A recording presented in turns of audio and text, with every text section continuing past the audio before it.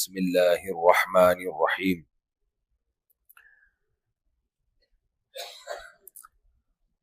الحج اشہر معلومات فمن فرض فیہن الحج فلا رفث ولا فسوق ولا جدال فی الحج وما تفعلوا من خیر یعلمہ اللہ وتزودوا فإن خیر الزاد التقوی واتقون یا اولی الالباب۔ اللہ تعالیٰ کا بہت بڑا فضل ہوا کہ اللہ نے ہمیں عرفہ کے دن جمع ہونے کا موقع دیا۔ نبی صلی اللہ علیہ وسلم نے فرمایا الحج عرفہ، حج عرفہ کا وقوف ہے۔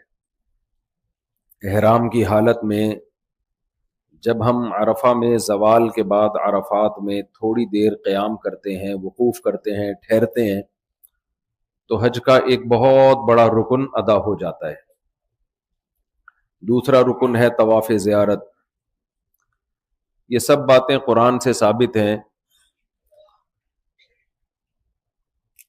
عرفہ کے دن نبی صلی اللہ علیہ وسلم نے دو اہم کام فرمائے۔ ایک، آپ صلی اللہ علیہ وسلم نے خطبہ دیا، کیونکہ آپ صلی اللہ علیہ وسلم کا یہ پہلا اور آخری حج تھا، اور 30ویں پارے کی سورت اذا جاء نصر اللہ والفتح ورأیت الناس يدخلون فی دین اللہ افواجا، یہ سورت نازل ہو چکی تھی۔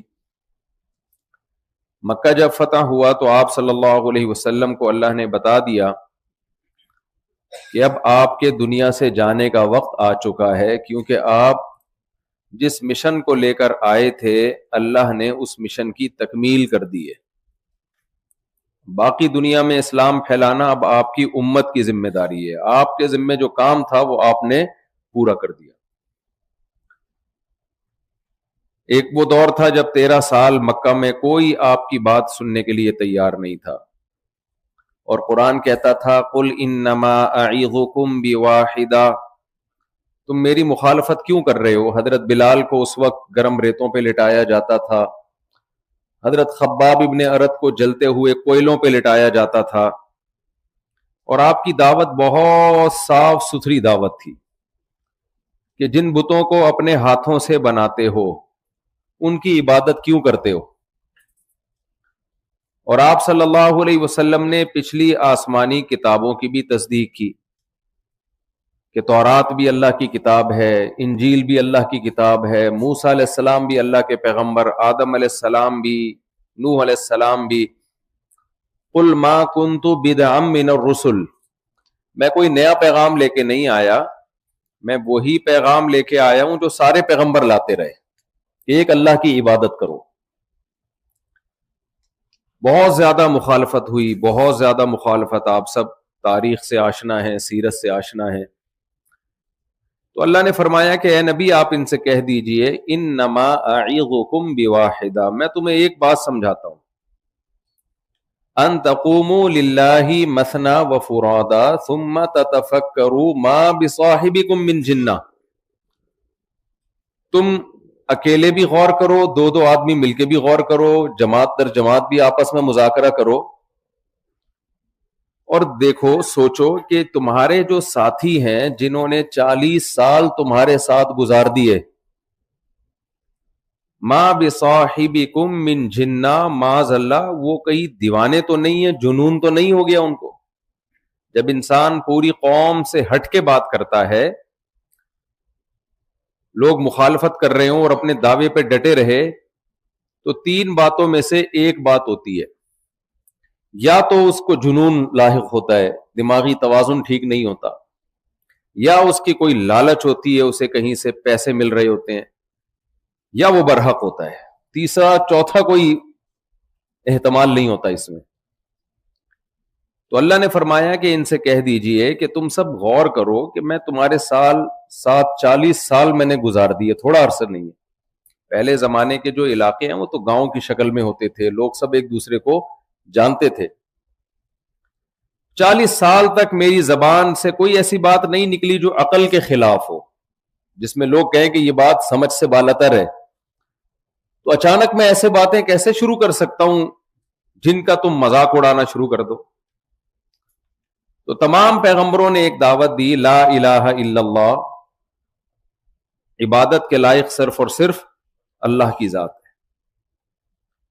آج دو طبقے ہیں، ایک طبقہ تو وہ ہے جو کہتا ہے کہ بہت سارے معبود ہیں، بتوں کی عبادت، گائے کی پرستش، جو ہمیں نظر آ رہا ہے دیکھتے رہتے ہیں ہم، مزاروں کی پرستش، قبروں سے دعائیں مانگنا، انہیں مسجد سے زیادہ قبروں پہ دلچسپی ہے۔ حالانکہ اگر قبر والا کچھ مدد کرنے کی طاقت رکھتا تو خود قبر میں کیوں جاتا؟ وہ خود قبر میں کیوں جاتا؟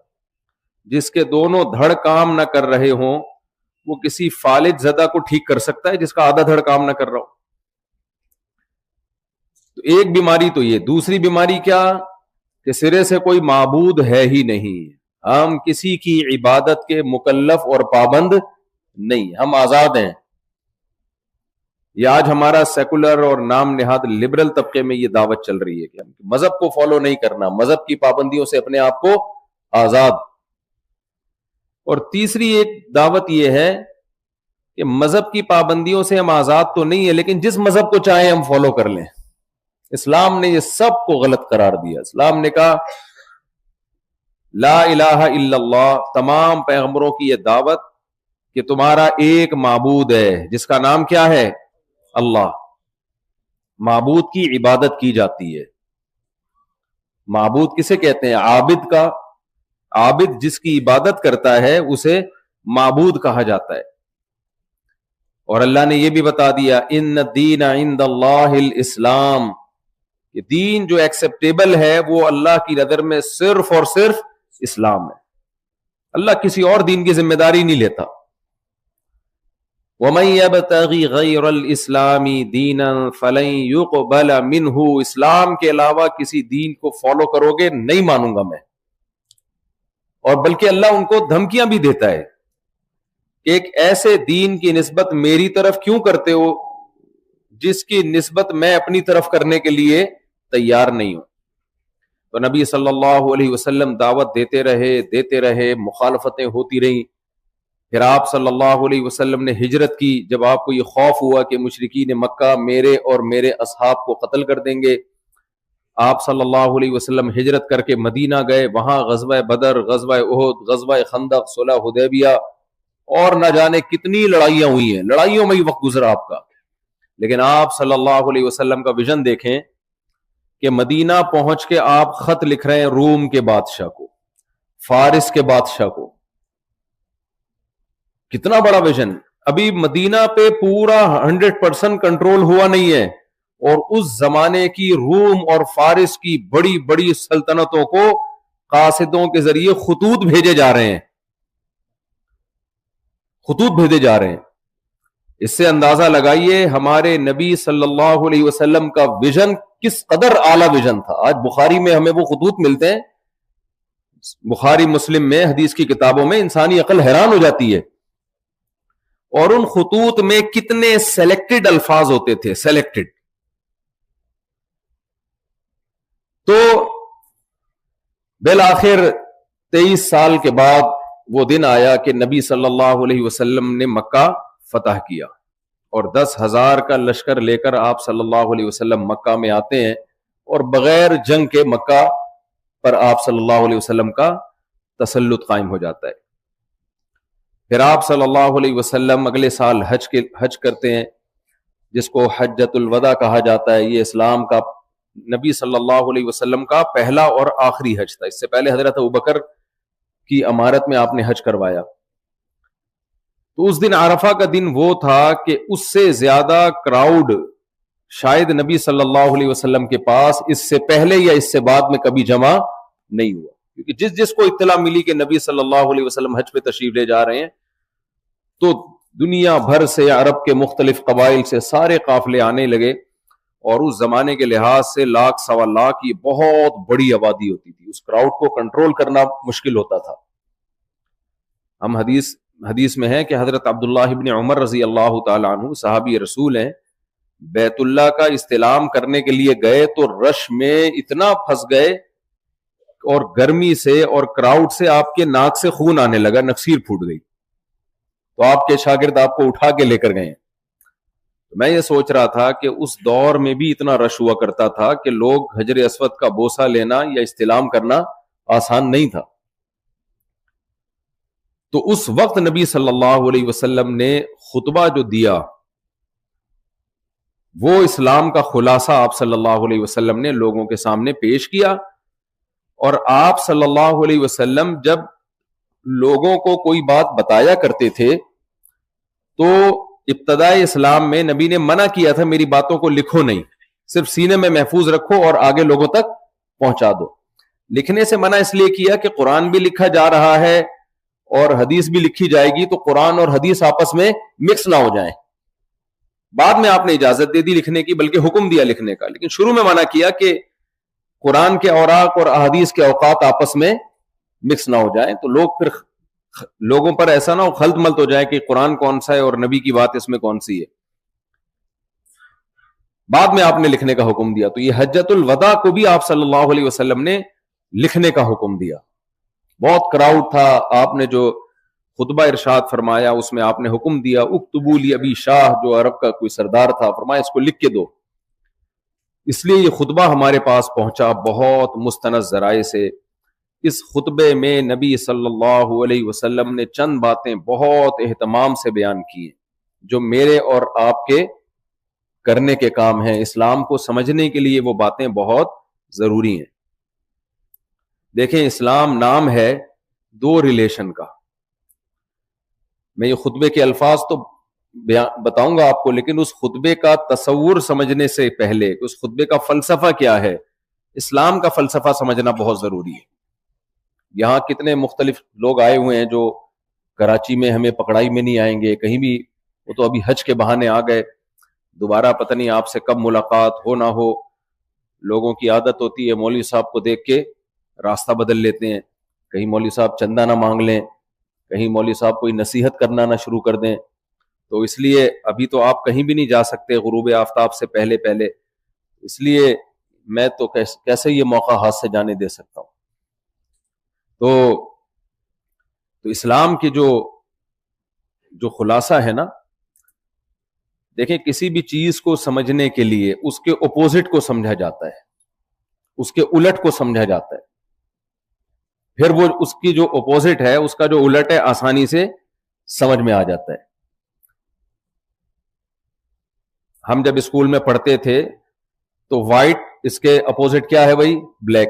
ٹیچر کام دیتے تھے نا, لکھ کے آؤ اس کے جو اپوزٹ ہے کیا ہے. وجہ کیا ہے, جب آپ کسی چیز کی اپوزٹ کو سامنے رکھتے ہو تو اس کو سمجھنا آپ کے لیے تعرف الاشیاء باضدادها, کہ چیزوں کو پہچانا جاتا ہے ان کی اپوزٹ سے. آپ کو سمجھنا ہو کہ سخی کسے کہتے ہیں, کنجوسوں کو دیکھ لو تو پتہ چل جائے گا کہ سخی کسے کہتے ہیں. اور یہ سمجھنا ہو کہ کنجوس کسے کہتے ہیں تو کبھی کسی سخی آدمی کے ساتھ سفر کرو, دیکھو کیسے کھلا رہا ہے, پلا رہا ہے, غریبوں پہ خرچ کر رہا ہے, تو آپ کو کنجوس کا تصور بھی سمجھ میں آ جائے گا. آپ جس جگہ رہتے ہو سارے ہی کنجوس ہو تو پھر آپ کو کیا پتہ چلے گا کہ سخاوت کسے کہتے ہیں. کسی جگہ اگر آپ رہتے ہیں سارے ہی سخی ہیں تو آپ کو کیا پتہ چلے گا کہ کنجوس کسے کہتے ہیں. سارے ہی بدصورت ہوں, خوبصورت کا پتہ نہیں چل سکتا کہ خوبصورتی کی ڈیفینیشن کیا ہے.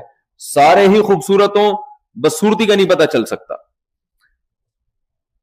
تو اسلام کو سمجھنے کے لیے غیر اسلام کو سمجھنا بہت ضروری ہے, غیر اسلام کو سمجھنا بہت ضروری ہے. حضرت عمر رضی اللہ تعالی عنہ کا قول ہے, من لم یعرف الجاہلیت لم یعرف الاسلام, جس نے زمانے جاہلیت نہیں دیکھا اس کو اسلام کا بھی پتہ نہیں چل سکتا. اسلام کی خوبیوں سے وہ واقف نہیں ہو سکتا جس نے زمانے جاہلیت نہیں دیکھا. وجہ کیا ہے, زمانے جاہلیت میں بچیوں کو زندہ دفن کیا جا رہا ہے اور زمانے اسلام میں بچی کو کندھے پہ بٹھا کے نماز پڑھائی جا رہی ہے. تو حضرت عمر تو یہ منظر دیکھ رہے تھے نا, زمانے جاہلیت میں بچیوں کو زندہ دفن کیا جاتا تھا. ایک صحابی نبی صلی اللہ علیہ وسلم کے پاس آئے اور کہا کہ یا رسول اللہ, میں نے جاہلیت میں اپنی بچی کو اپنے ہاتھوں سے زندہ زمین میں دفن کیا ہے, سفر سے واپس آئے تھے, بچی تھوڑی بڑی ہو گئی تھی, کہہ رہے وہ بچی میرے ساتھ قبر کھودتے ہوئے قبر سے مٹی نکالتی تھی. تو کیا اسلام لانے کے بعد میرا یہ عظیم جرم بھی معاف ہو جائے گا؟ تو آپ نے فرمایا اسلام یہدم ما کان قبلا, اسلام لانے کے بعد جتنے گناہ ہیں اسلام ان سب کو گرا دیتا ہے. وہ عرب جو بچیوں کو اتنی نفرت سے دیکھا کرتے تھے, زندہ دفن کیا کرتے تھے, ان عربوں کے دل میں بیٹیوں کی محبت نبی نے کیسے ڈالی ہے؟ صحیح بخاری مسلم کی حدیث ہے, صحابہ کہتے ہیں ہم نماز کے انتظار میں تھے, نبی صلی اللہ علیہ وسلم تشریف لائے, اپنی بیٹی کی بیٹی یعنی نواسی کو, 2-2.5 سال کی وہ تھی, صحابی کہتے ہیں کہ ہم نے دیکھا نبی صلی اللہ علیہ وسلم اس بچی کو کندھے پہ بٹھا کے آ رہے ہیں نماز پڑھانے کے لیے. اور حیرت کی بات یہ ہے, ہم بھی لے آتے ہیں بعض دفعہ, کوئی بچہ آ جاتا ہے بھائی ساتھ میں نے بھی جانا ہے, تو نماز کے وقت ہم اس کو سائڈ پہ بٹھا دیتے ہیں, لیکن صحابی رسول کہتے ہیں نبی نے نیت باندھ لی اور وہ بچی آپ کے کندھے مبارک پہ ہی رہی. پھر جب رکوع میں جانے کا وقت آیا آپ نے اس بچی کو نیچے رکھا, پھر جب سجدے سے دوسری رکعت کے لیے اٹھے, اٹھا کے دوبارہ بٹھا دیا اس کو کندھے پہ. پوری 4 رکعتیں اس طرح سے پڑھی ہیں. اب شارحین جو تھے وہ حیران ہیں, بھائی ایسا کیوں کیا؟ یہ تو کبھی زندگی میں نبی نے ایسا نہیں کیا کسی بچے کو بٹھا کے اس طرح سے نماز پڑھائی ہو. تو اپنی نواسی کو, بیٹی کی بھی بیٹی, اس کو اتنا پروٹوکول کیوں دیا جا رہا ہے؟ اس میں کیا حکمت ہے؟ کیا یہ عمل سنت ہے ہم بھی بچوں کو کندھے پہ بٹھا کے نماز پڑھائیں؟ بھائی اگر سنت ہوتا تو بار بار کیا ہوتا نا یہ عمل. تو علامہ نووی رحمہ اللہ تعالی نے اس کی حکمت بیان کی, فرمایا اصل میں اس کا مقصد تھا عرب کے دلوں سے بیٹیوں کی نفرت کو نکالنا, بیٹیوں کی نفرت کو, کیونکہ اس سے زیادہ رسپیکٹ دی نہیں جا سکتی کہ سید الانبیاء ساری کائنات کے سردار اس قوم کے سامنے جو بیٹیوں کو دفن کرتی ہے, نماز میں امام بن کے مصلی پہ جہاں مقتدیوں میں ابو بکر عمر رضی اللہ عنہما جیسے اصحاب کھڑے ہوں, اس جگہ آپ صلی اللہ علیہ وسلم بیٹی کو کندھے پہ بٹھا کے نماز پڑھا رہے ہیں. اس سے زیادہ بچی کو پروٹوکول کسی نے دیا نہیں ہوگا. تو کس قدر یعنی تبدیل کیا انہوں نے اسلام نے اس ماحول کو. تو اس لیے حضرت عمر فرمایا کرتے تھے من لم یعرف الجاہلیہ لم یعرف الاسلام, کہ جو جاہلیت جس نے نہ دیکھی ہو اس کو اسلام کی خوبیوں کا پتہ نہیں چلے گا. تو اسلام اور غیر اسلام میں کیا فرق ہے؟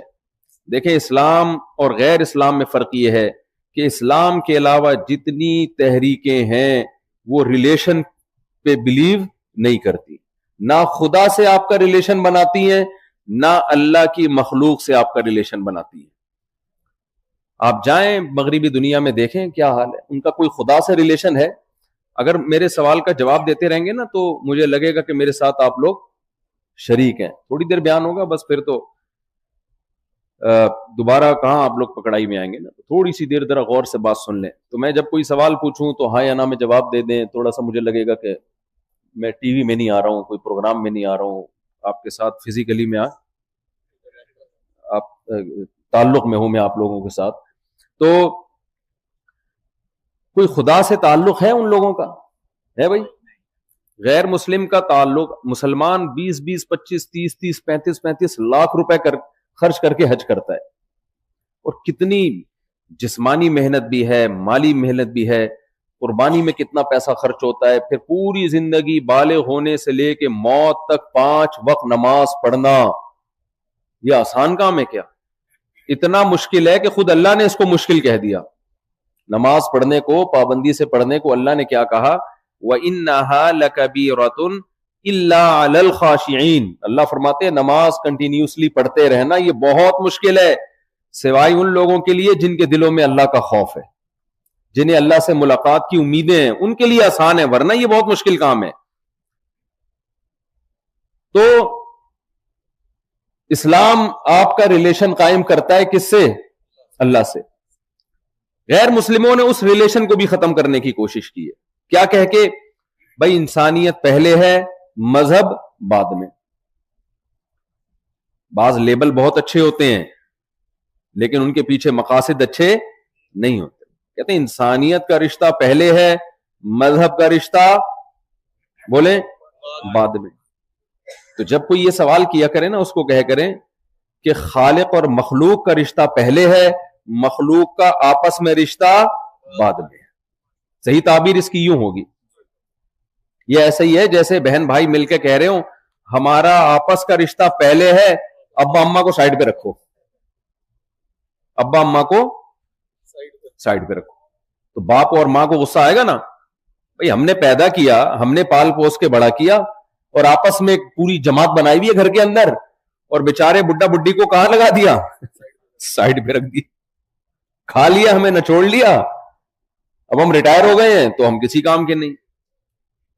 تو اللہ بھی کہتا ہے جس نے پیدا کیا اس سے کوئی تمہارا رشتہ نہیں ہے, اس کو راضی کرنے کے لیے کوئی محنت نہیں ہے, اس کے حرام کو حرام نہیں سمجھتے, اس کے حلال کو حلال نہیں سمجھتے, سب چیزیں خود ہی کرنی ہے تم نے.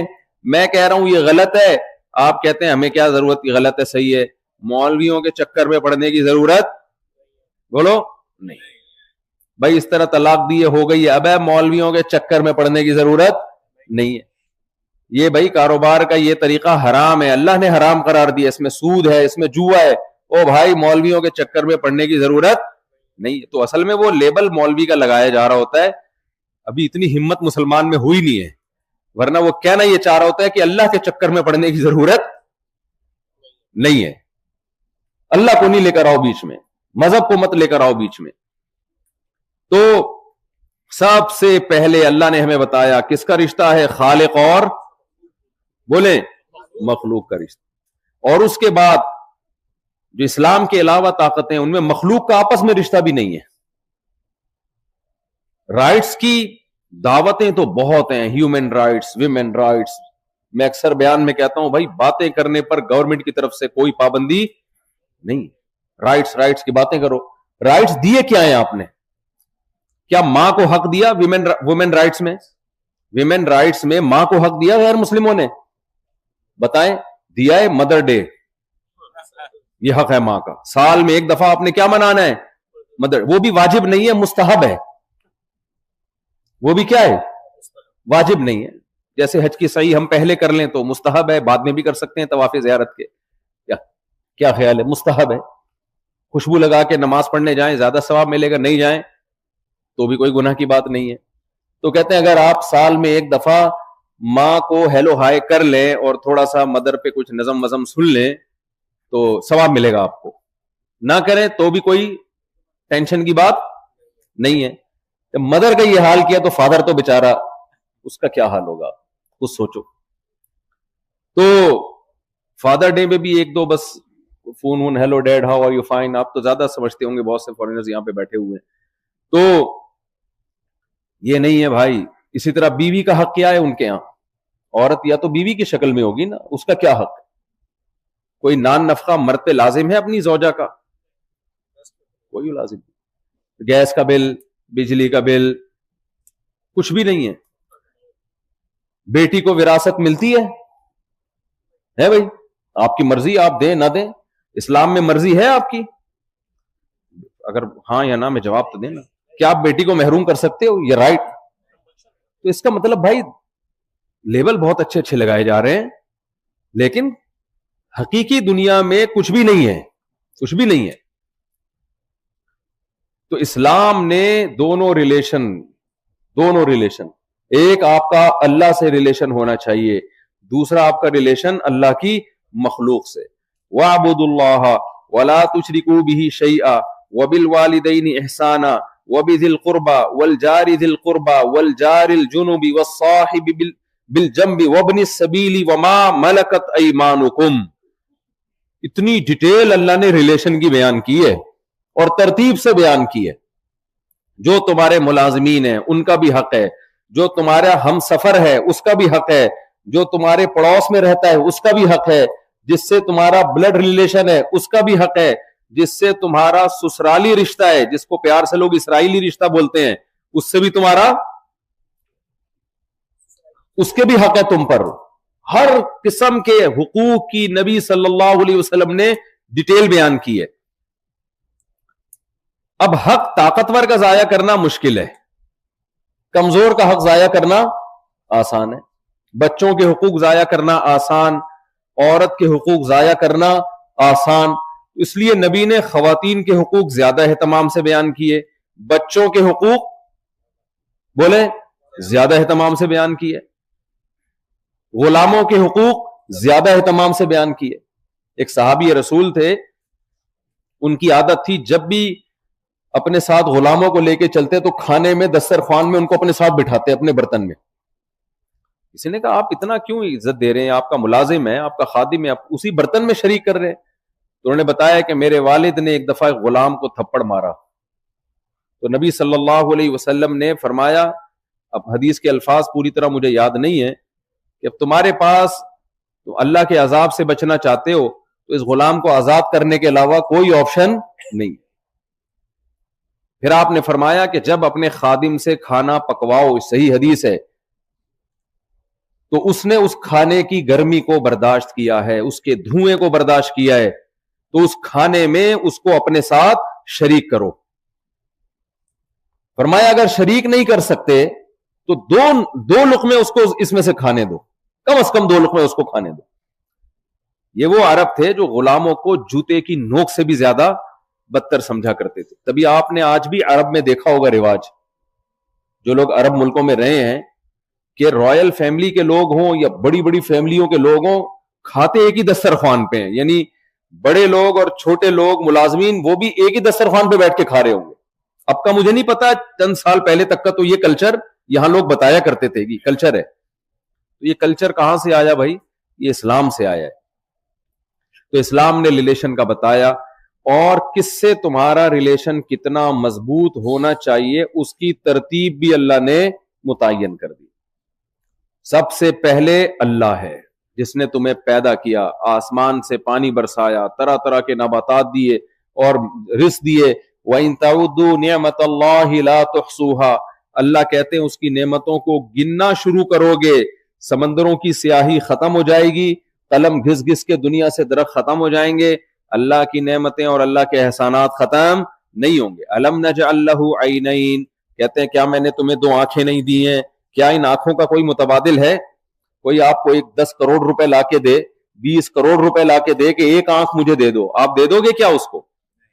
سماعت ولسانا وشفتین، زبان دی، ہونٹ دیے، ایک ایک نعمت قرآن بیان کرتا ہے. یہ بھائی آٹومیٹیکلی خود بخود نہیں بن گئی ہیں سب چیزیں. ایسا نہیں ہو سکتا کہ انسانی آنکھ ایوالو ہو کے پوری ایک ڈیجیٹل کیمرہ بن جائے. یہ جو ہم ڈیجیٹل کیمرہ ہے، یہ سائنٹسٹ کہتے ہیں کہ ہم نے انسانی آنکھ کی کاپی کی ہے. تو یہ جو کیمرہ ہے یہ کیا خود بخود کروڑوں سال میں بن سکتا ہے؟ جو کاپی ہے تو اوریجنل کیسے بن گئی کروڑوں سال میں؟ بھائی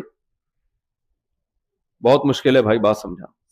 دیکھو چائنا کاپی کرتا ہے، جب بھی کوئی نئی چیز آتی ہے مارکیٹ میں چائنا کاپی کرتا ہے. آپ اس کاپی کو کہتے ہو چائنا نے کی ہے، اور اوریجنل کو کہتے ہو یہ ایوالو ہو کے آٹومیٹیکلی وجود میں آ گئی ہے. یہ بے وقوفی کی بات ہے یا نہیں ہے؟ آج عرفہ کے دن اس بے وقوفی سے توبہ کریں. یہ جو نظریہ ہے نا کہ بندر سے ہم بنے، اور پھر بندر کہاں سے بنا، پھر وہ وہاں سے بنا، پھر وہ کہاں سے بنا، یہ ہوائی باتیں، اس کے کوئی ثبوت نہیں ہے. خلقہ من تراب، اللہ کہتے ہیں میں نے اپنی قدرت اور طاقت سے آدم کو ڈائریکٹ کس سے بنایا؟ مٹی سے. ثم قال له کن، اور کہا ہو جا، فیکون، ہو گیا. پھر اسی آدم سے اللہ نے اما حوا کو پیدا کیا.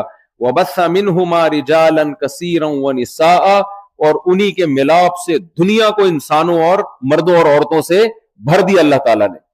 یہ اللہ کی قدرت ہے. تو سب سے پہلے ریلیشن بھائی کس سے مضبوط ہونا چاہیے؟ اللہ سے. اس کی تفصیل قرآن نے بیان کی. غیر مسلموں کے ہاں وہ ریلیشن نہیں،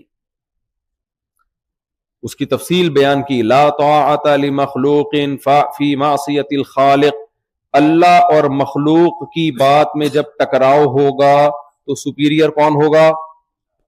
بولو بھائی، اللہ. ترجیح کس کو دینی ہے؟ اللہ کو. دیکھو قرآن کے الفاظ دیکھیں، والذین آمنوا اشد حبا للہ، اللہ فرماتے ہیں ایمان والوں کے دل میں محبت اللہ سے سب سے زیادہ ہوتی ہے. اللہ یہ بھی کہہ سکتے تھے بہت زیادہ ہوتی ہے. جب بہت زیادہ ہوتی تو ہم کہتے بھائی اللہ سے بھی بہت زیادہ اور اپنے فلاں دوست سے بھی بہت زیادہ. تو اللہ نے کہا مجھے بہت زیادہ نہیں چاہیے, مجھے سب سے زیادہ چاہیے. دوسروں سے جتنی بھی محبت کرو, میری محبت کا گراف اس سے تھوڑا سا اونچا رہے. یہ بھی نہیں کہا اللہ نے کہ ایمان والوں کو صرف اللہ سے محبت ہوتی ہے, یہ بھی نہیں کہا, کیونکہ پھر نہ بیوی سے محبت رہتی, نہ بچوں سے رہتی, نہ ماں باپ سے رہتی, نہ دوستوں سے رہتی. یہ تو رہبانیت ہے نا, یہ تو جنگلوں میں نکل جاؤ پھر سب کچھ چھوڑ چھاڑ کے. تو اللہ نے کہا کہ جس سے جتنی محبت کرنی ہے کرو, میری محبت تھوڑی سی, بس اس میری محبت کا گراف تھوڑا سا زیادہ رکھو. میں اس کو ایک مثال سے سمجھاتا ہوں, پھر میں وہ جو نبی نے خطبے میں اہم احکام دیے نا, بیان میں بعض دفعہ جو موضوع ہے وہ مختصر ہوتا ہے, تمہید تھوڑی لمبی ہو جاتی ہے بات تاکہ سمجھ میں آئے. دیکھو آپ کے دو دوست ہیں, آپ کو دونوں سے بڑی محبت ہے, جمشید اور غفار. جمشید سے بھی کہتے ہو یار میں تمہارے بغیر نہیں رہ سکتا, غفار سے بھی کہتے ہو بڑی محبت ہے مجھے تم سے. ایک دن دونوں نے اکٹھی دعوت کر لی, بولا سنڈے کو جو ہے نا ڈنر آپ نے ہمارے پاس کرنا ہے. اب اس نے بھی یہی بولا کہ سنڈے کو ڈنر آپ کا میرے پاس ہونا چاہیے, اس نے بھی کہا کہ سنڈے کو ڈنر آپ کا میرے پاس ہونا چاہیے, اور اگر نہیں آئے تو ہم ناراض ہو جائیں گے.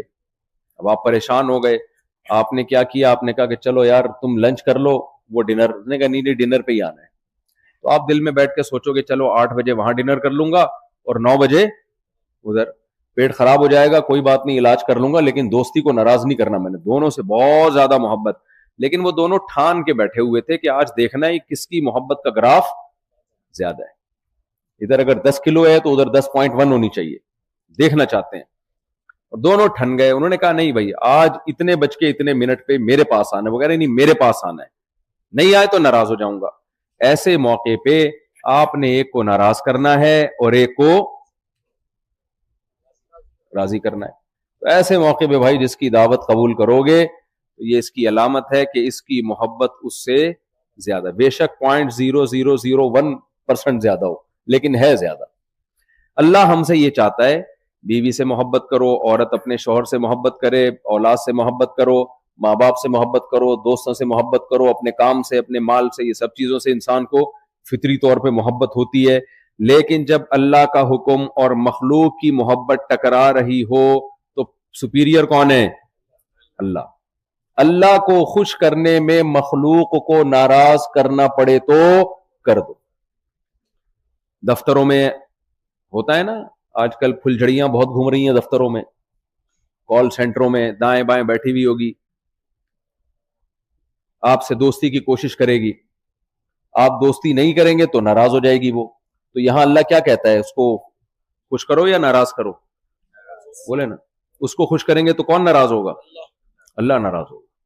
اللہ نے آپ کو صرف اپنی بیوی سے محبت کی اجازت دی ہے. جتنی اڑوس پڑوس انٹیاں ونٹیاں جو بھی ہیں, السلام علیکم وعلیکم السلام, بس اس سے زیادہ فری ہونے کی آپ کو اجازت. بولو بھائی آج عرفہ کے دن اس پہ توبہ کریں. قرآن نے اہل ایمان کی صفات بیان کی ہیں, والذین هم لفروجہم حافظون, نماز قائم کرتے ہیں, اپنی شرمگاہوں کی حفاظت کرتے ہیں, الا علی ازواجہم او ما ملکت ایمانہم, سوائے زوجہ کے کسی عورت کی طرف نہیں جاتے. ہم میں کافر میں فرق کیا ہو گیا بھائی؟ پھر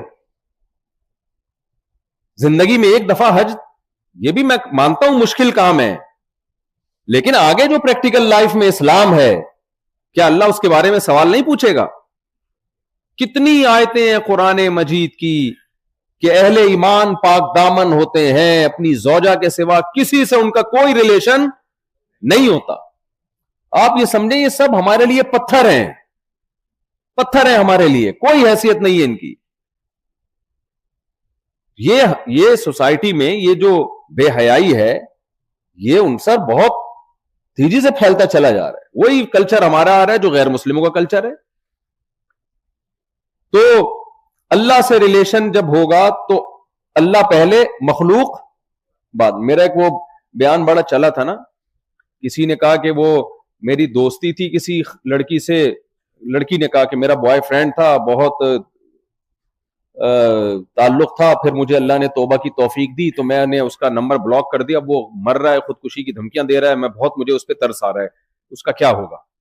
میں نے کہا اس کو آپ مرنے دیں, کھمبے میں بتا دیتا ہوں کراچی میں کون کون سے کھمبے ایسے ہیں جہاں چپک کے مرنا. ویسے تو ہر کھمبا جب آپ قریب سے گزریں گے وہ اپنی طرف بلا رہا ہوگا, آؤ. بارشوں میں ایسا ہی ہوتا ہے کہ کھمبے خود آگے بڑھ کے آپ کا استقبال کرتے ہیں. مرنے دے بھائی اس کو. مفتی صاحب مجھے گناہ تو نہیں ہوگا وہ اگر مر گیا؟ نہیں, آپ کو گناہ نہیں ہوگا, آپ کی جان چھوٹے گی ایک عذاب سے, جان چھوٹے گی. یہاں اللہ کو خوش کرنے کے لیے مخلوق کو ناراض کرنا لازم ہے یا نہیں ہے؟ یا ہم یہ نہیں ہے کہ اس کا دل ٹوٹ جائے گا اور وہ کیا ہو جائے گا, ہو جائے بھائی. اللہ نے حلال اور حرام ریلیشن میں فرق رکھا ہے, حرام کی طرف نہیں جانا ہم نے. تو اللہ کا حق کیا بتایا, جلدی جلدی میں سمیٹتا ہوں بات کو. سب سے پہلے اس کے ساتھ کسی کو شریک نہیں کرنا. ہم صرف یا اللہ مدد کے قائل ہیں, اللہ کے سوا کسی سے مدد نہیں مانگنی ہم نے. یا ایھا الناس انتم الفقراء الی اللہ, اے لوگو تم سب کے سب اللہ کے در کے فقیر ہو. اللہ نے لفظ بھی دیکھیں فقیر استعمال کیا. ہم کروڑ پتی ہوں, ارب پتی ہوں, ہمارے اکاؤنٹ میں اربوں روپے پڑے ہوئے ہوں, لیکن اللہ ہمیں فقیر کہتا ہے. آپ کہہ سکتے ہو اللہ یہ ہم کیسے فقیر ہو گئے, ہماری تو اتنی لگژری لائف ہے, 1000 گز کے ہمارے بنگلے ہیں, اتنی بڑی بڑی ہمارے پاس گاڑیاں ہیں. تو اللہ دیکھ رہا ہے, اس کے باوجود اللہ کیا کہتا ہے, فقیر ہو. کیوں فقیر ہو بھائی؟ اللہ کے سامنے فقیر ہو. اللہ چاہے گا سیکنڈوں کے اندر سب ختم ہو جائے گا, اس کی طرف سے بھیک میں ملا ہوا ہے تمہیں یہ. تو اس لیے مانگنا کس سے ہے بھائی؟ اللہ سے. تو اللہ کے حقوق میں پہلی بات تو یہ. دوسری بات, اللہ کے حقوق میں زنا کے قریب نہیں جانا, بے حیائی کے قریب نہیں جانا. سود کو اللہ نے حرام قرار دیا, جوئے کو اللہ نے حرام قرار دیا, شراب کو اللہ نے حرام قرار دیا. حکومت کے قانون میں شراب لیگل ہو بھی جائے, اللہ کے قانون میں کبھی بھی لیگل نہیں ہو سکتی, کبھی بھی لیگل نہیں ہو سکتی. ایک قطرہ بھی حرام ہے شراب کا. اتنی گندی چیز ہے, کپڑوں پہ لگ جائے تو نماز نہیں ہوتی, آپ اس کو پی رہے. وہی آج اللہ سے ہم نے توبہ کرنی ہے. عرفہ تو توبہ کے دن کا نام ہے کہ اللہ ہمیں ان تمام برائیوں سے بچا, بے حیائی کے برائی سے, اور شراب کی برائی سے, ہر قسم کے نشے کی برائی سے, بد اخلاقی کی برائی. بد اخلاقی کیا ہے؟ سب سے پہلے اللہ نے اخلاق کا دائرہ کار جو کھینچا ہے آپ کے رشتہ داروں سے, جن میں سب سے پہلے بیوی ہے. ماں باپ کا حق تو الگ سے اللہ نے بیان کیا, وہ میں آتا ہوں ابھی اس کی طرف. نبی صلی اللہ علیہ وسلم نے فرمایا تم میں سب سے اچھا وہ ہے جس کے اخلاق اپنے گھر والوں کے ساتھ سب سے اچھے ہیں. پہلے یہ سمجھ میں ہمیں نہیں آتی تھی حدیث, جب ہماری شادی ہو گئی تو سمجھ میں آنا شروع ہو گئی. دوستوں سے ہنس کے بات کرنا بہت آسان, بڑا مزہ آتا ہے. بیٹھ جاؤ, کراچی میں گٹر کے ڈھکنوں پہ بیٹھتے ہیں لوگ, صبح کو اٹھتے ہیں. وہ ہوٹلوں میں جا کے دیکھا ہوگا, چائے کے ہوٹلوں میں پوری رات ہا ہا ہی ہو چلتا رہتا ہے, گپیں چلتی رہتی, کوئی رپورٹ نہیں آتی کبھی کوئی جھگڑا ہوا ہو. بہت کم, کوئی بہت ہی سال میں ایک آدھ دفعہ کوئی جھگڑا نظر آئے گا. گھر میں جب آتے ہیں تو ایسا لگتا ہے جیسے چنگیز خان نے دوبارہ سے بغداد پہ حملہ کر دیا ہے. تو بھائی اخلاق کا جو سب سے پہلا اللہ نے اخلاق ظاہر کرنے کا حکم دیا ہے وہ کس کے سامنے؟ اپنی زوجہ کے سامنے, اپنے بچوں کے سامنے.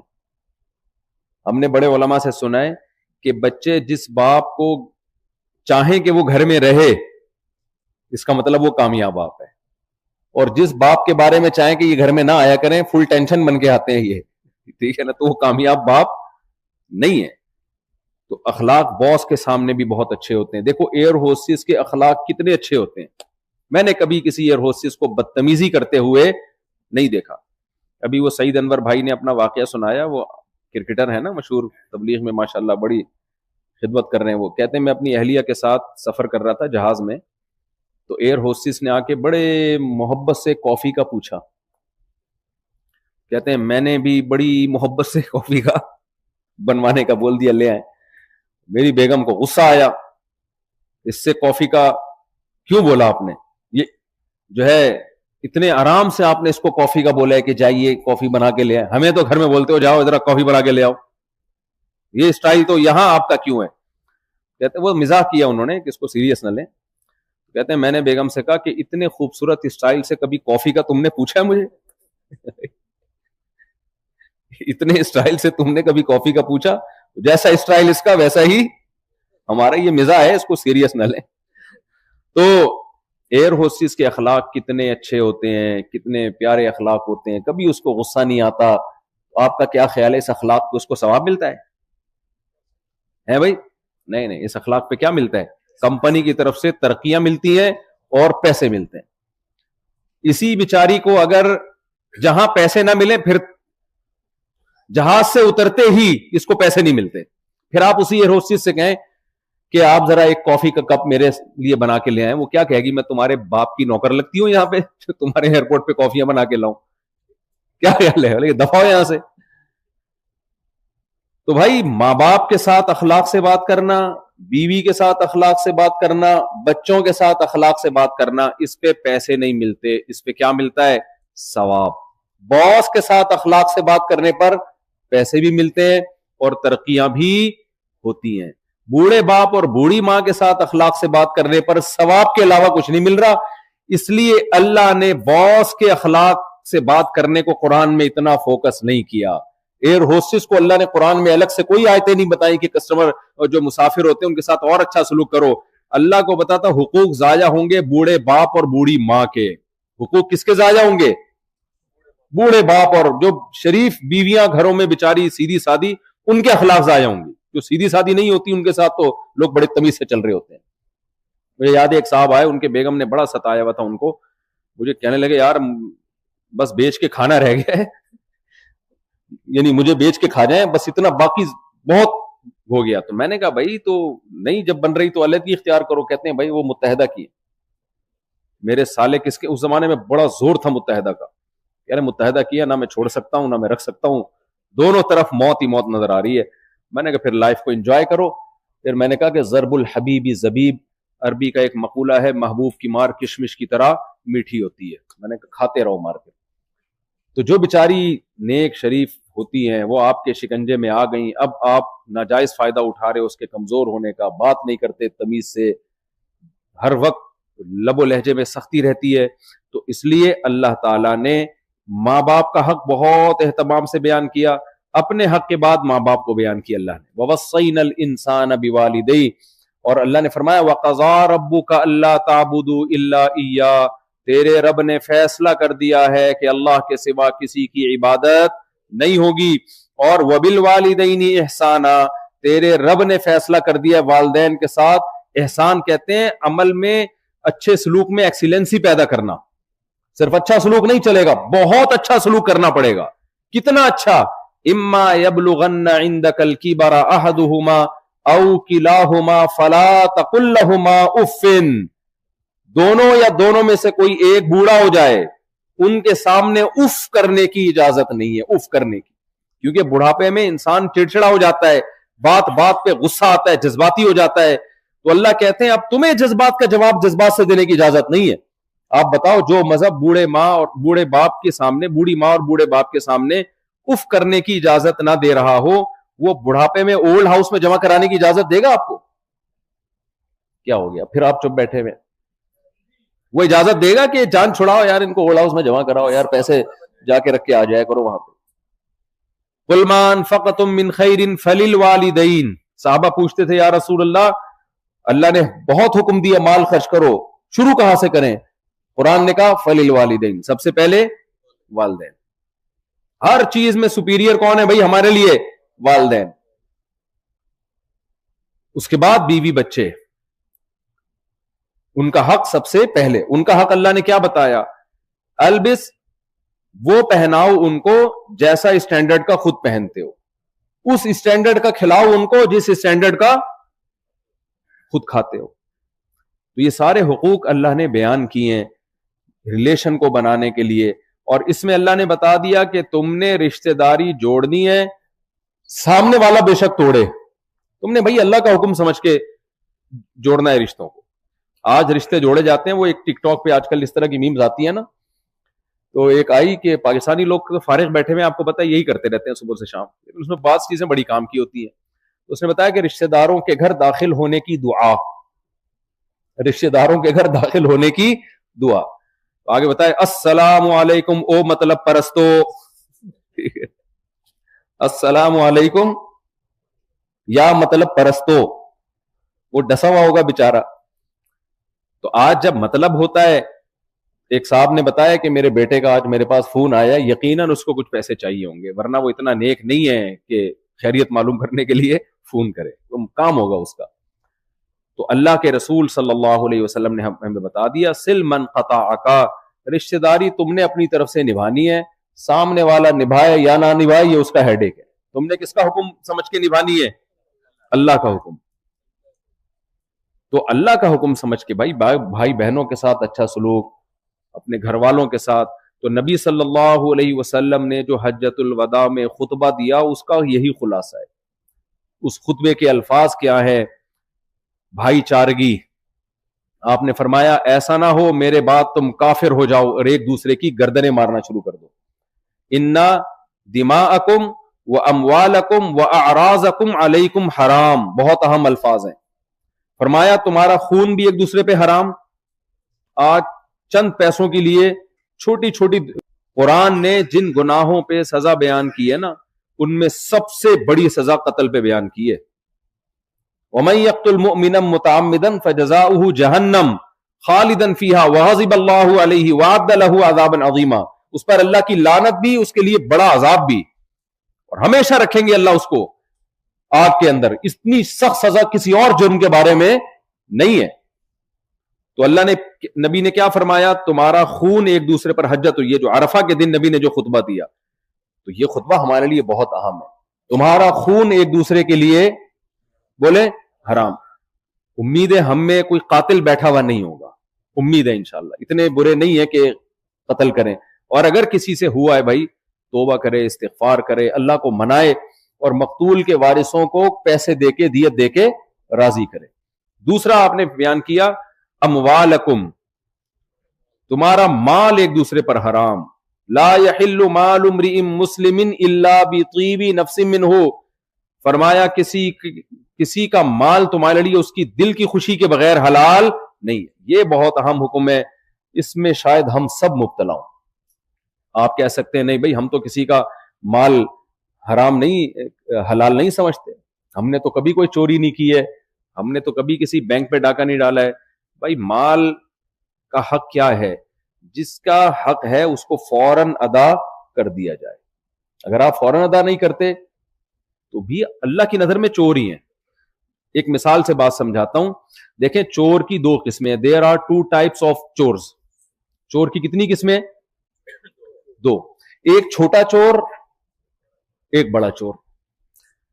پکڑے جاتے ہیں چھوٹے چور، بدنام ہوتے ہیں چھوٹے چور. مثال کے طور پر آپ نے مسجد میں چپل اتارے، وہ چپل بھی کہیں کسی اور کے پہن کر آ گئے ہوگے غلطی سے آپ.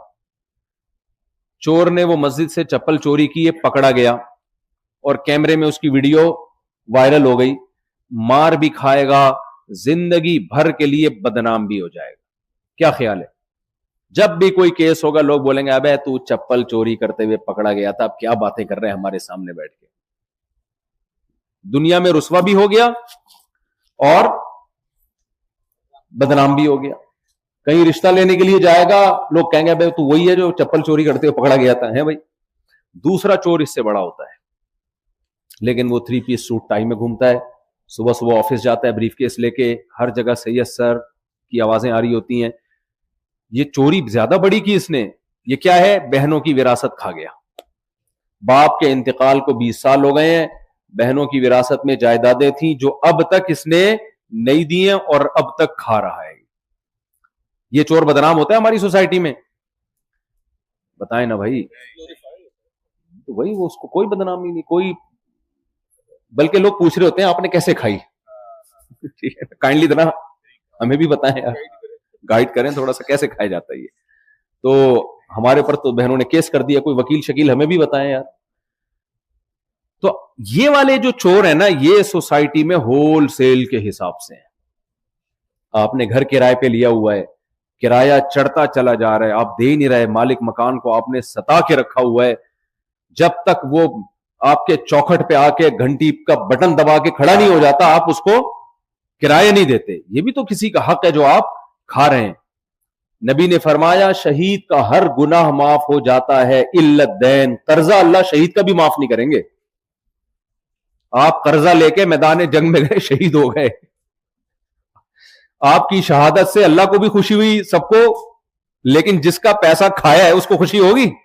تبھی تو دیکھو پاکستان ختم نہیں ہوگا انشاءاللہ, کیونکہ ہم نے اتنے لوگوں کا پیسہ لیا ہوا ہے کہ ہم اگر گئے نا تو ساری آئی ایم ایف کا کروڑوں روپے ڈوبے گا, سعودی عرب کا ہم نے کروڑوں ریال کھائے ہوئے ہم لوگوں نے, اور پتہ نہیں کس کس ملک سے. تبھی جب جنگ ہوتی ہے نا بہت سارے ملک ہمارے ساتھ ہوتے ہیں, خدا کے لیے ان کو مرنے مت دو, انہوں نے بہت کچھ لیا ہوا ہے ہم سے. تو قرضہ معاف نہیں ہوتا, قرضہ معاف نہیں ہوتا. کیوں؟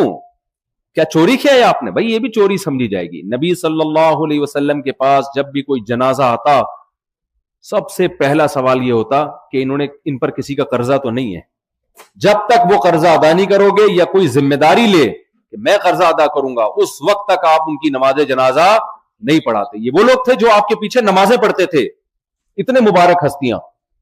ایک صحابی کا جنازہ آیا, آپ نے فرمایا قرضہ ہے؟ کہا کہ ہاں ہے. فرمایا کوئی کفیل ہے جو قرضہ ادا کرے ان کا؟ کسی نے کہا کوئی ذمہ داری نہیں. آپ نے جنازہ چھوڑ دیا.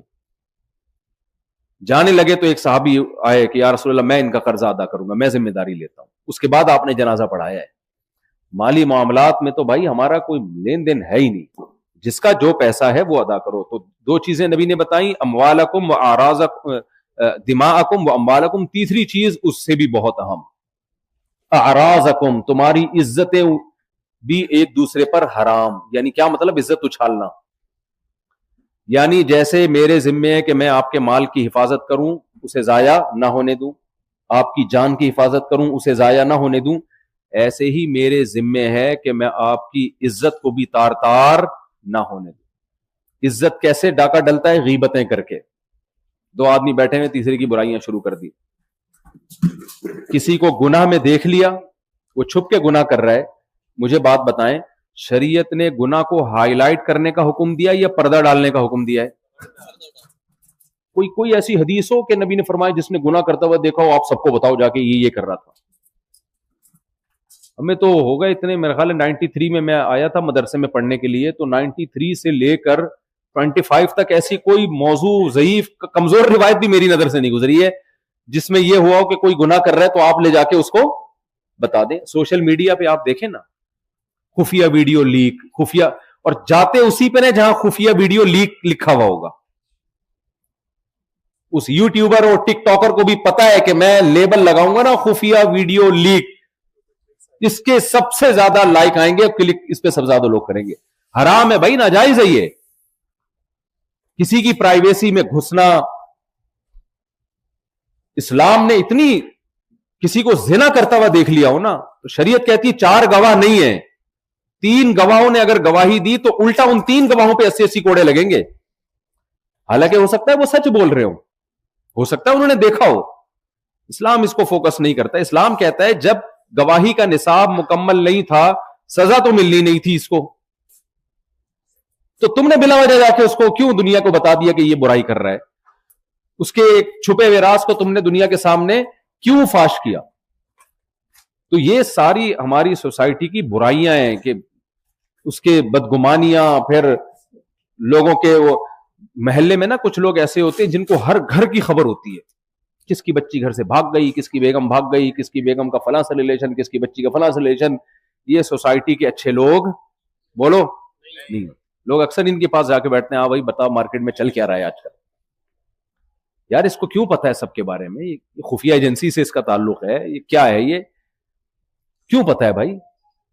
بہت سی چیزوں کا نہ پتا ہونا یہ پتا ہونے سے بہتر. آپ کو اگر نہیں پتا, اپنے گھر کے علاوہ کچھ بھی نہیں پتا ہو آپ, یہ زیادہ اچھا ہے. تو نہ دوسروں کی برائیوں میں پڑے. نبی نے فرمایا تمہاری عزتیں ایک دوسرے پر اللہ نے ان کو بچانا فرض کر دیا ہے. تبھی غیبت حرام کر دی اللہ نے. جو غیبت کرتا ہے وہ مردار کا گوشت کھاتا ہے, کیونکہ وہ دفاع تو کر نہیں سکتا جو سامنے بیٹھا ہوا ہے. اور ایک حکم نبی نے خود حجۃ الوداع میں کیا دیا, فرمایا استوصوا بالنساء خیرا, عورتوں سے اچھا سلوک کرو, اس میں میری وصیت کو قبول. وصیت وہاں کی جاتی ہے جب کوئی دنیا سے جا رہا ہوتا ہے. اور فرمایا جو ماتحت ہیں غلام ان کے ساتھ بھی اچھا سلوک کرو. پھر اللہ نے خواتین کو, اللہ کے نبی نے خواتین سے بھی خطاب کیا کہ شوہر کا تم پر بھی حق ہے. غیر مسلموں میں نہ بیوی کا شوہر پہ حق, نہ شوہر کا بیوی پہ حق. بس ایک لیونگ ریلیشن ٹائپ کی چیز بچی ہے, ڈاکومنٹیشن میں وہ رہ رہے ہیں, وہ رہ رہی, کوئی کسی کی اطاعت لازم نہیں ہے. مرد کا حق عورت پہ کیا ہے؟ اللہ نے عورت کو بتا دیا, قوامون علی النساء, گھر کا سربراہ کون ہے؟ آپ, یہ تو آپ کے فیور کی بات ہے نا, تو منہ سے بولیں, سربراہ کون ہے؟ مرد ہے. جب گھر میں دو باتوں میں اختلاف ہوگا تو آخری فیصلہ کس کا معتبر ہوگا؟ شوہر کا. یہ ہماری خواتین کو سمجھنا چاہیے. گھروں میں بہت سے جھگڑے اسی بیس پہ ہو رہے ہوتے ہیں, پتہ ہی نہیں چلتا اس گھر میں چلتی کس کی ہے, یہ پتہ ہی نہیں چل رہا ہوتا اس گھر میں چلے گی کس کی. وہی وہ غیر مسلم ہے. گھر بھی ایک چھوٹی سی ریاست ہوتی ہے, اور ریاست سربراہ کے بغیر نہیں چل سکتی. اب کسی نہ کسی کو تو سربراہ بنانا تھا نا. تو اللہ نے فرمایا بما فضل اللہ بعضهم علی بعض. خواتین کو اس پہ اشکال ہوگا بھائی سربراہ یہ کیوں ہے, میں کیوں نہیں ہوں؟ تو اللہ نے اس کا جواب دیا. ایک جواب تو بما انفقوا من اموالہم, تمہاری تمام تر مالی ذمہ داریاں تمہارے بچوں کی تمہارے شوہر پر ہیں. تو جب اللہ نے اس پر ذمہ داریوں کا اتنا بڑا بوجھ ڈال دیا تو تھوڑا سا تو حق اس کو بھی ملے گا کہ نہیں ملے گا, ورنہ وہ تو پھر خانسامہ اور نوکر بن جائے گا. کیا خیال ہے بھائی؟ اس کو خانسامہ سے بچانے کے لیے اللہ نے کہا کہ جب ساری ذمہ داریاں تمہاری کس کی ہیں؟ شوہر کے ذمے ہیں, اور دھڑلے سے تم اپنا حق کا مطالبہ کر سکتی ہو. میں اکثر ایک مثال دیتا ہوں. دیکھو, ہم جب کسی سے کوئی چیز منگواتے ہیں تو ایکسکیوز, اس طرح کے الفاظ میں, جیسے میں یہاں پانی منگواؤں گا, سر پلیز ایکسکیوز می سر, تھوڑا سا پانی لا دیے گا مجھے. آپ باہر جا رہے ہیں تو 2 بوائل انڈے لیتے آئیے گا, مجھے پتا ہے بھائی آپ کے ذمے میری خدمت لازم نہیں. کیا بیگم بھی اسی سٹائل سے منگواتی ہے انڈے؟ ایکسکیوز می, آپ باہر جا رہے ہیں تو کائنڈلی 6 انڈے لیتے ہوئے آئیے گا. بھائی ایسا تھوڑی ہوتا ہے. حکم لگتا ہے نا, اس کو پتا ہے میرا حق ہے, میرا رائٹ ہے, آپ کی ذمہ ہے کہ میرے خرچہ اٹھانا, آپ کے ذمہ ہے. تو جب اللہ نے عورت کو اتنا فیور دے دیا کہ تمہاری تمام تر ذمہ داری کس کی ہے؟ عورت کروڑوں روپے بھی کماتی ہو نا, پھر بھی اس کا نان نفقہ شوہر کے ذمہ ہے, اس کے اپنے ذمہ نہیں ہے. عجیب بات ہے, ماں باپ کروڑوں روپے کماتے ہو نا تو بیٹے کے ذمہ ان کا نان نفقہ نہیں ہے, کیونکہ وہ خود کما رہے ہیں. بیٹے کے ذمہ جب ہے جب وہ نہ کما رہے ہوں.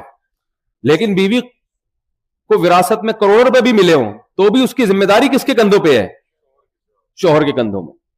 اس معاملے میں اللہ نے, نان نفقے کے معاملے میں اللہ نے اس کو آگے رکھا ہے. تو پھر میاں کو بھی تو تھوڑا سا کچھ اس بیچارے کو کچھ حق دیا ہے. اس کا حق یہ دیا ہے کہ گھر میں جب رائے میں اختلاف ہوگا تو آخری فیصلہ کس کا ہوگا؟ اس کا ہوگا.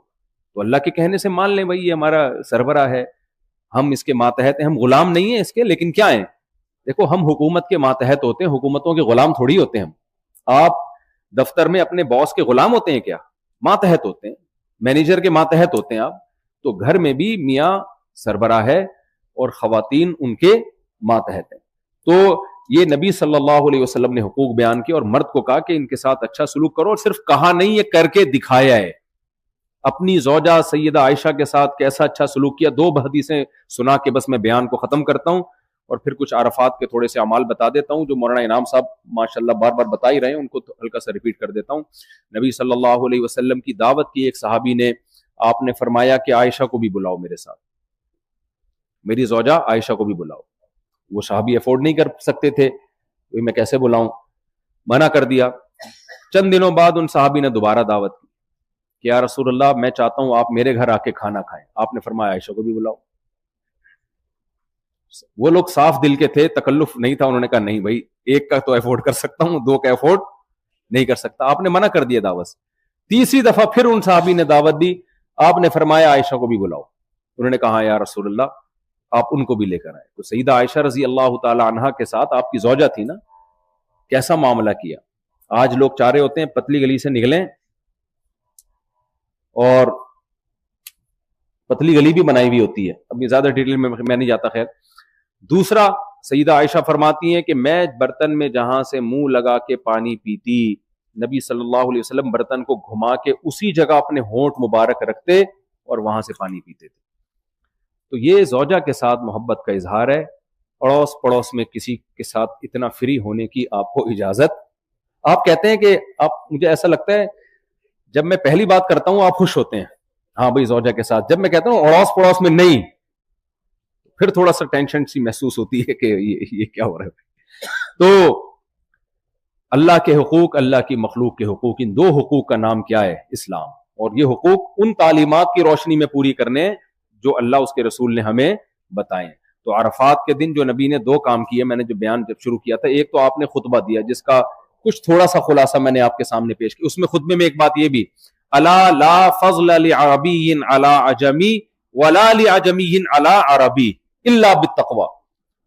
کسی عربی کو کسی اجمی پہ کوئی فضیلت نہیں، کسی عجمی کو کسی عربی پر کوئی فضیلت نہیں، فضیلت صرف تقوی کی بیس پر ہوگی.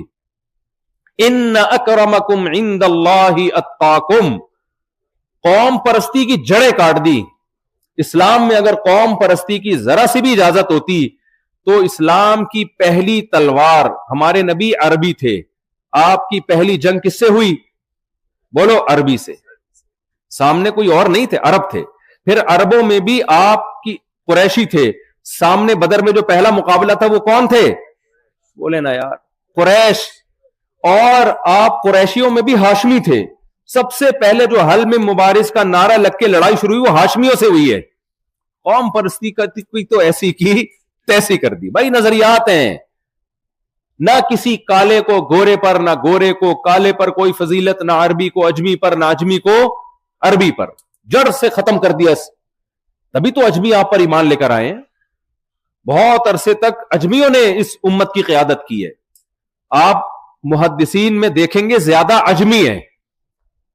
فقہ میں جو سب سے زیادہ مقام ملا ہے، جو فقہ میں جس کو امت نے سب سے زیادہ فالو کیا ہے، وہ امام ابو حنیفہ رحمہ اللہ ہیں. وہ اجمی، وہ کوفہ کے تھے.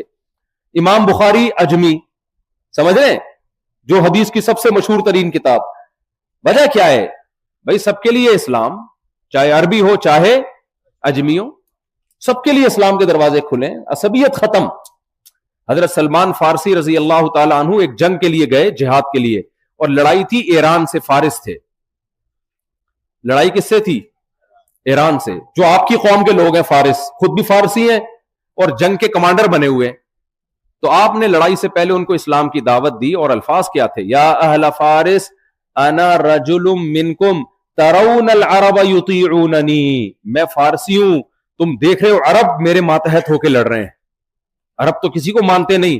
میں تمہاری قوم کا ہو کے کمانڈر کس کا بنا ہوا ہوں؟ عربیوں کا، جو کسی کو مانتے ہی نہیں تھے. یعنی بتا دیا یہ اسلام کی خوبی ہے کہ نظریات کی لڑائی ہے، یہ قوم پرستی کی لڑائی نہیں ہے. تو یہ بھی نبی نے حجۃ الوداع کے موقع پہ فرمایا کہ لا فضل لعربی علی عجمی، اور کلکم من آدم، سب آدم کی اولاد ہو. اور آدم کو اللہ نے مٹی سے پیدا کیا ہے. تو ہم سب ایک آدم اور ایک حوا کی اولاد ہیں. تو اس کا بھی نبی صلی اللہ علیہ وسلم نے جڑ سے خاتمہ کیا. اور آپ صلی اللہ علیہ وسلم نے امانتوں کو حقدار تک پہنچانے کا اس خطبے میں حکم دیا. ایک دوسرے کی جان، مال، عزت کو اچھالنے کا سے منع کیا.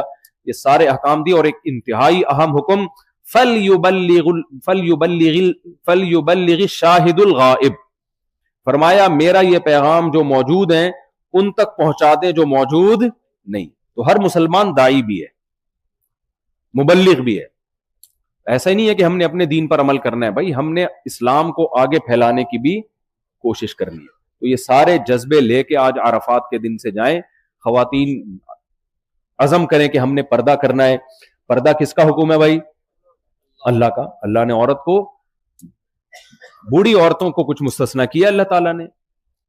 جو خواتین سمجھتی ہیں کہ میں بوڑھی ہو گئی ہوں، جو کہ کوئی بھی میرا خیال ہے نہیں سمجھیں گی، تو وہ ٹھیک ہے، وہ پردے کے حکام میں ان کو نرمی ہے. لیکن جب تک جوان ہے پردہ کرنا پڑے گا. اور اللہ نے رشتہ داروں کے نام بیان کیے، ایک ایک رشتہ دار، کہ اس سے پردہ نہیں ہے، اس سے نہیں ہے، اس سے نہیں ہے، ان کے علاوہ سب سے ہے، تاکہ اس میں ہم اپنی رائے نہ لے کر آئیں. تو دیور سے بھی پردہ ہے اسلام میں، بہنوئیوں سے بھی بول لینا پردہ ہے، اور چچا زاد، خالہ زاد سے بھی پردہ ہے.